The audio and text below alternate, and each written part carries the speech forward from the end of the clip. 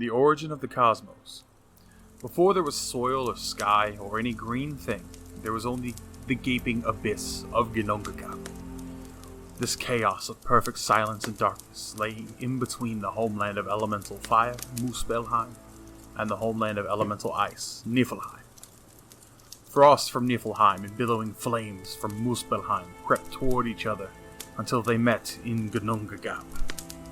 Amid the hissing and sputtering, the fire melted the ice, and the drops formed themselves into Ymir, or Screamer, the first of the godlike but destructive giants. Ymir was a hermaphrodite and could reproduce asexually, and while he slept, more giants leapt forth from his legs and from the sweat of his armpits. As the frost continued to melt, a cow, Erhumla, abundance of humming, emerged from it.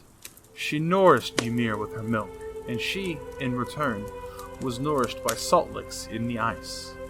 Her licks slowly uncovered Buri, progenitor, the first of the Aesir tribe of gods.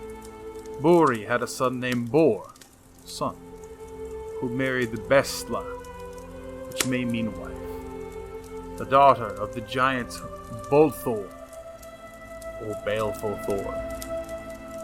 The half-god, half-giant children of Bor and Beasley were Odin, who became the chief of the Aesir gods, and his two brothers, Vili and Ve. Odin and his brothers slew Ymir, and set about constructing the world from his corpse. They fashioned the oceans from his blood, the soil from his skin and muscles, vegetation from his hair, clouds from his brains, and the sky from his skull.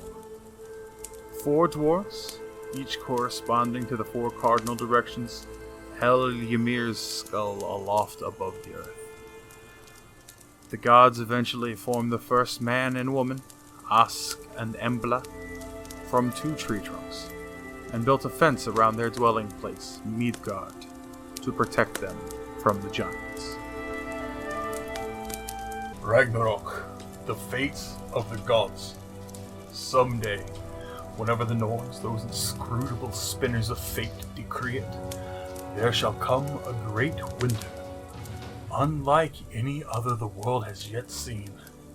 The biting winds will blow snows from all directions, and the warmth of the sun will fail, plunging the earth into unprecedented cold. This winter shall last for the length of 3 normal winters, with no summers in between. Mankind will become so desperate for food and other necessities of life that all laws and morals will fall away, leaving only the bare struggle for survival. It will be an age of swords and axes. Brother will slay brother, father will slay son, and son will slay father. The wolves Skor and Hati, who have hunted the sun and moon through the skies since the beginning of time, will at last catch their prey. The stars too will disappear, leaving nothing but a black void in the heavens. Yggdrasil, the great tree that holds the cosmos together, will tremble, and all the trees and even the mountains will fall to the ground. The chain that has been holding back the monstrous wolf Fenrir will snap, and the beast will run free. Jormungand, the mighty serpent who dwells at the bottom of the ocean and encircles the land, will rise from the depths, spilling the seas over all the earth as he makes landfall.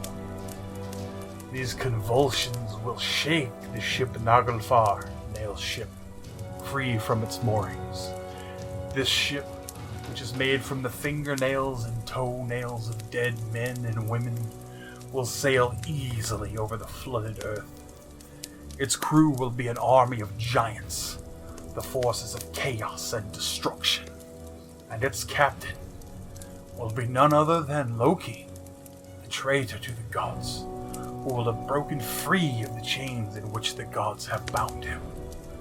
Fenrir, with fire blazing from his eyes and nostrils, will run across the earth, with his lower jaw on the ground and his upper jaw against the top of the sky, devouring everything in his path. Jormungand will spit his venom all over the world, poisoning land, water, and air alike.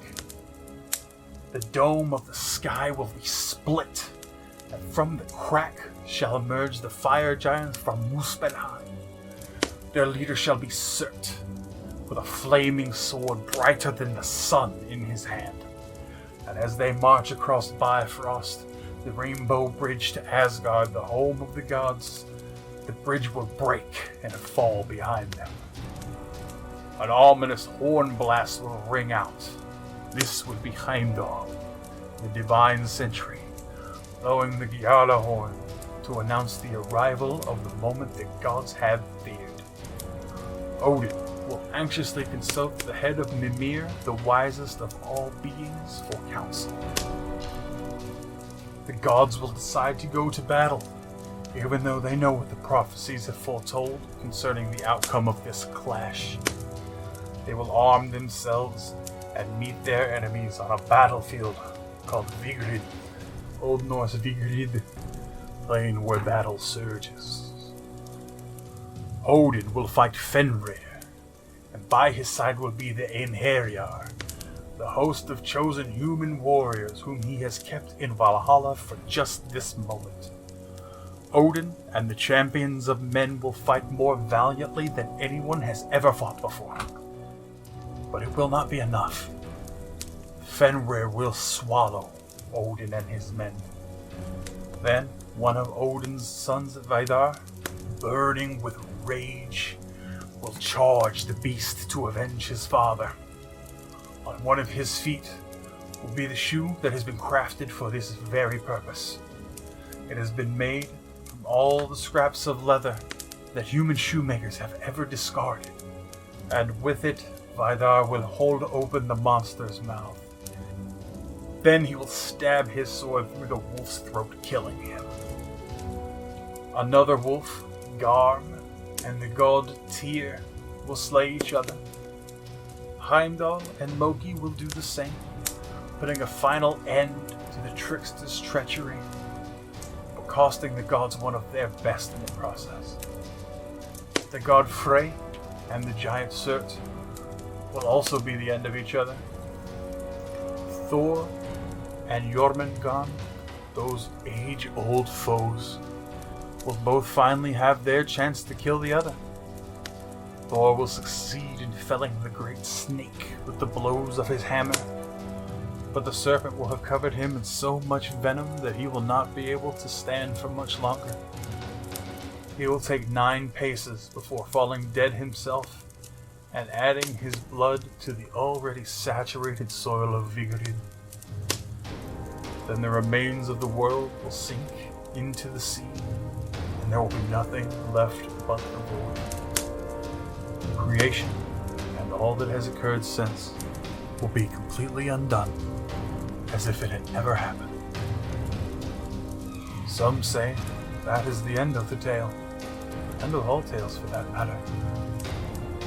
But others hold that a new world, green and beautiful, will arise out of the waters. Vidar and a few other gods, Vali, Balder, Odin, and Thor's sons Moldi and Magni, will survive the downfall of the old world and will live joyously in the new one. A man and a woman, Lif and Lifthraser, Old Norse Lif and Lifthraser, life and striving after life, will have hidden themselves from the cataclysm in a place called the Wood of Hodmamir, Hodmamir's Hold, and will now come out and populate the lush land in which they will find themselves. A new sun, the daughter of the previous one, will rise in the sky, and all of this will be presided over by a new, almighty ruler. The meaning of Ragnarok for the Norse. As the above implies, 2 versions of the myth Ragnarok seem to be present in Norse sources. In one of them, Ragnarok is the final end of cosmos and no rebirth follows it. In the other, there is rebirth. What are we to make of this conflict? I argue that the version in which no rebirth occurs is the older, more purely pagan view, and the rebirth story is an addition that developed only late in the Viking Age under Christian influence. Ragnarok had been reinterpreted to describe the religious transformation the Viking world was undergoing, in which the gods were indeed dying, but were also being replaced with something else. The Rebirth edition comes only from 3 late sources, one of which was dependent on the other 2, while all previous mentions of Ragnarok speak only of the destruction, never of any kind of rebirth. What would such a belief have meant for the Norse? Imagine that you're a Norseman. You live in a world that you know will one day be obliterated. The very gods themselves will perish with it. Nothing of value will be spared, not even the memory of anything that ever had value.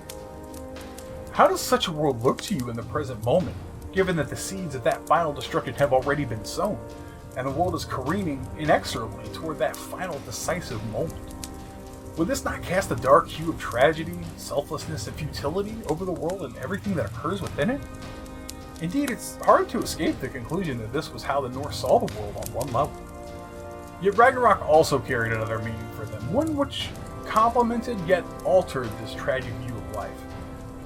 In addition to being a prophecy about the future that revealed much about the underlying nature of the world along the way, the myth of Ragnarok also served as a paradigmatic model for human action. For the Norse, the tale didn't produce hopelessness as much as inspiration and invigoration.